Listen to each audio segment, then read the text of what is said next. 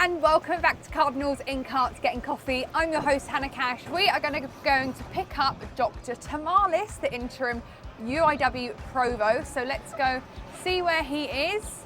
Hi Dr. Tamalis. Take a seat in our golf cart. Thank you for joining me, Dr. Tamalis. How are you today? I'm doing perfectly well. How about you? Great, really good, thank you. Thank you for getting me out of my office.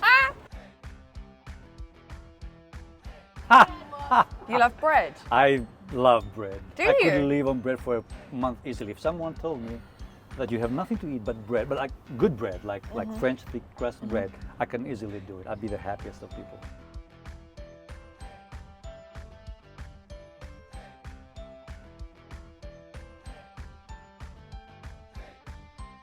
Well, Dr. Tamalis, thank you so much for joining us. The show is Cardinals in Carts Getting Coffee. So first of all, what is your coffee order?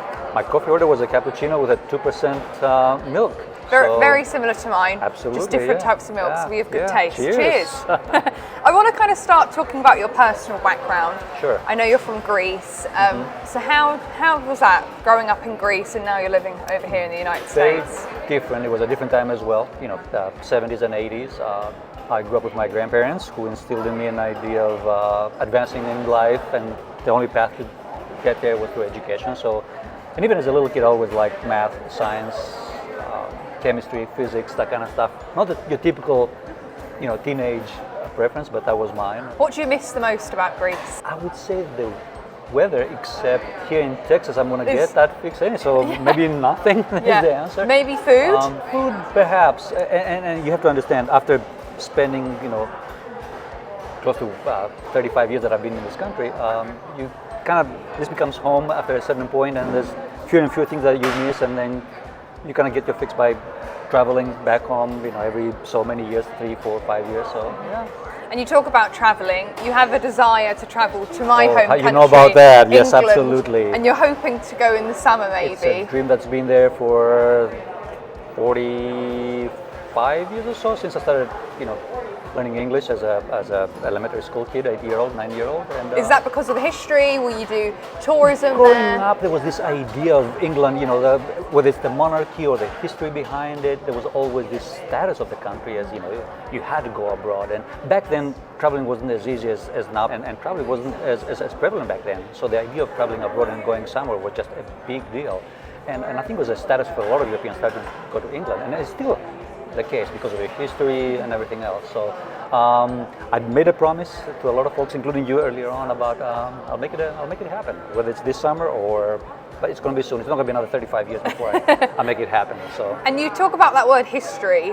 I've heard you collect coins and paper notes. You have a big collection of that. So that's very interesting. I don't know anyone who does that. I had members in my family who used to travel, and whether it was Paris, Berlin, London included, so they would bring back coins. And my friends and I in elementary school and in high school would start our own collections of paper money and coins. So I have, French francs and Deutschmarks and Italian lira and British pounds, and You've had it since you were 6 years old. Since I was 6 years old, It that was my must be way of huge. traveling. And then my friend's dad, he got a trip to the Seychelles and Kenya back in the 70s, and he brought back these African coins. And for us, it was just a way of mentally traveling to those places without actually having the opportunity to go there. So it's something that I keep to this day, and yeah. It must be a huge, big case. It's a couple of big must be hard boxes to with travel paper with. money. These things that I don't know what it's worth. Probably nothing, but it has sentimental value to me, and maybe a couple of thousand coins, perhaps. Yeah, quite a lot. And when was it you came to the United States? What year? 86, Thanksgiving of 86. And you came as an international student. Correct. To study in Kansas. Typical international student story. Go abroad for 4 years, get my degree. In my area was chemistry. I became a chemist in a small faith-based college in Kansas called McPherson College. And as is typical of many of us who came from abroad to study here, you go from your undergraduate program, and then that becomes, okay, going for a master's or a PhD, and By the time that is done, you've spent a whole decade abroad and this becomes home, and that was certainly the case with me. And then you fast forward to last year and you're at UIW here in San Antonio. Correct. And you're the provost. So Correct. for those who don't really know what a provost role entails, what would you tell them? I'm the Chief Officer of Academic Affairs, so that means anything that has to do with curriculum, the inception of new programs, proposal of new courses, whether they're online, face-to-face, all that stuff. Faculty-related work, for example, hiring of new faculty, replacement of new faculty, promotion, tenure, that kind of stuff. And a lot of initiatives centered around student success, whether that's increased enrollment or issues with access. For example, if there's a problem with an elevator, for example, if there's a fire or a water leak somewhere, that presents issues of access, and what do you do with that? So I work with, of course, with a lot of folks in my unit, a lot of deans, associate deans, faculty, associate provosts, and so forth, and try to make that happen. So you work with so many people every day. Oh gosh, yes. But what is it about every day that's your favorite part of the job? My favorite part would be when I meet with a faculty member or a student and they say, thank you for making a difference in this particular area. It could be something small, as small as finding a class for them, or an issue they might have had with accessing a service on campus. Insignificant. It becomes significant to me because that tells me that the work that I do has an impact, be it small or large. So. And what was one of your favorite memories here at UIW? That's an easy one. I have so many. Can I make it two favorite memories? You can, go ahead. Okay, I have that I normally power. ask people that and they don't even know what to say because there's so many. Easy. The first one was when I came here for my interview back in September. Okay. And it was on a Friday, wonderful weather. I fell in love with the place. I had done my homework, of course, and I learned a few things about the university. But I was done with my interview by 3:15 or so. And then I decided to come here for a coffee, which of course, yes, got your cappuccino. And the place was closed. And as I was coming in, I ran into a gentleman. I don't know what his position is on campus. And he was very friendly. He said, hello, sir. He saw me with a suit and tie. So he said, good afternoon. Fine. Coming here, I'm disappointed. I'm like, okay. I really didn't want to go back to my hotel because what would I do? I'd rather be on campus. But I said, okay, I'll go grab a coffee somewhere else. As I'm exiting, the same gentleman, whom again, at this point, I don't know who he is coming the opposite way. He says, by the way, I'm not, I'm not stalking you. And I said, neither am I you, sir. And he says, I was here for a coffee. I said, oh, you come to my office. I'm the Dean of Humanities, Dr. Clavier. And what was supposed to be a half an hour, meeting with him, getting some coffee, ended up being a 3-hour meeting at his office. He didn't go home early that night. I'm sure his family was thinking, where is, Dr. Clavier? And then another student opening the door and being friendly. So it was just a welcoming nature of the university that it was the case with everybody that I interviewed, but also folks that I didn't expect on running into. The second one was in October. I've been on campus here for maybe 2 or 3 weeks, and we had the staff appreciation, if I'm remembering correctly, event over at the Chapel of the Incarnate Word. Mm-hmm. I've seen it from the outside. I've seen the other buildings on campus. Wonderful architecture. The campus is just beautiful beyond belief. And then I'm walking in there, and I'm thinking to myself, two thoughts that came to mind. One is, I must be in Vienna or somewhere in Europe, because the place looks grandiose.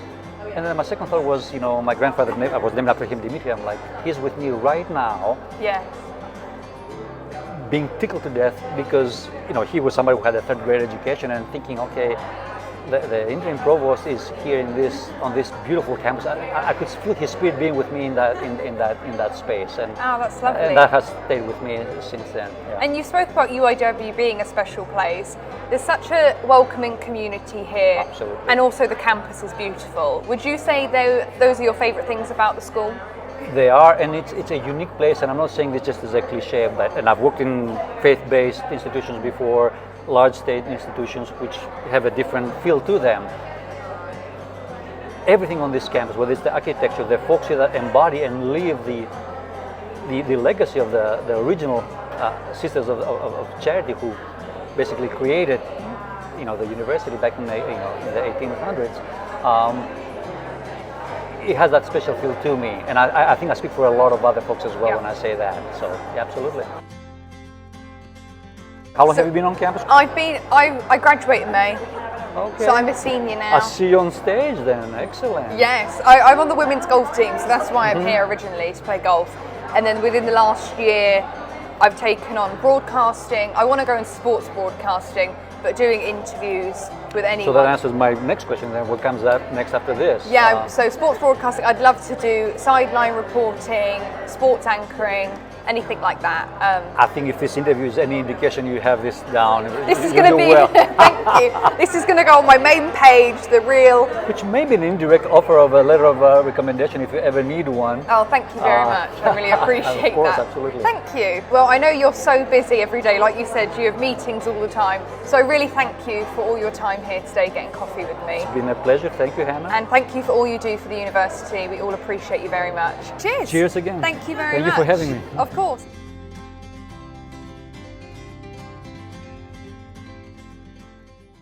Hello. Hello. This is always strange.